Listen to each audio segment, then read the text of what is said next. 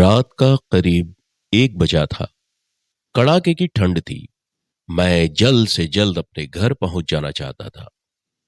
अचानक मेरी नजर सड़क के किनारे फुटपाथ पे गई।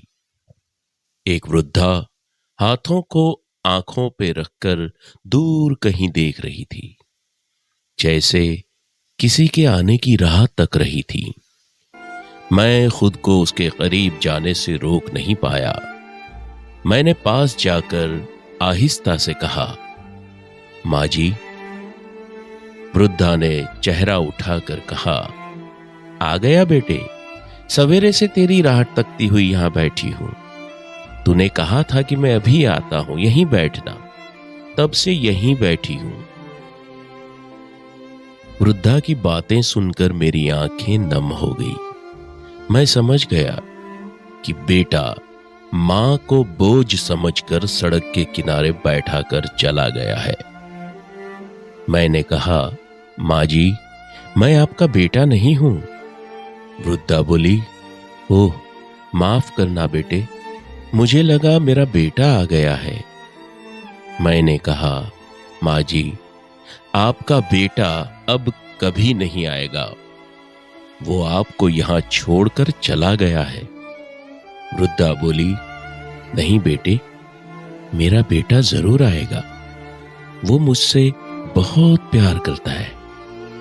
मैंने कहा, हां मां जी, दिख रहा है कि वो आपसे कितना प्यार करता है। सवेरे से आपको यहां छोड़कर गया है। अभी आधी रात हो चुकी है। उसे आपकी चिंता होती तो अब तक आप उसके साथ होती।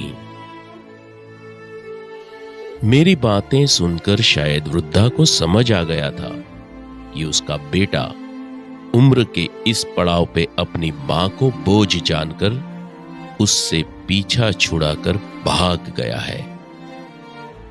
मुझे वृद्धा की सिसकियां सुनाई दी। मैंने कहा, चलिए मां जी, आप मेरे साथ मेरे घर चलिए। वृद्धा खामोशी से उठी और मेरे साथ चलने लगी। ना कोई सवाल, ना कोई बात की। रात के सन्नाटे में सुनाई दे रही थी दर्द में डूबी हुई एक मां की सिसकियां।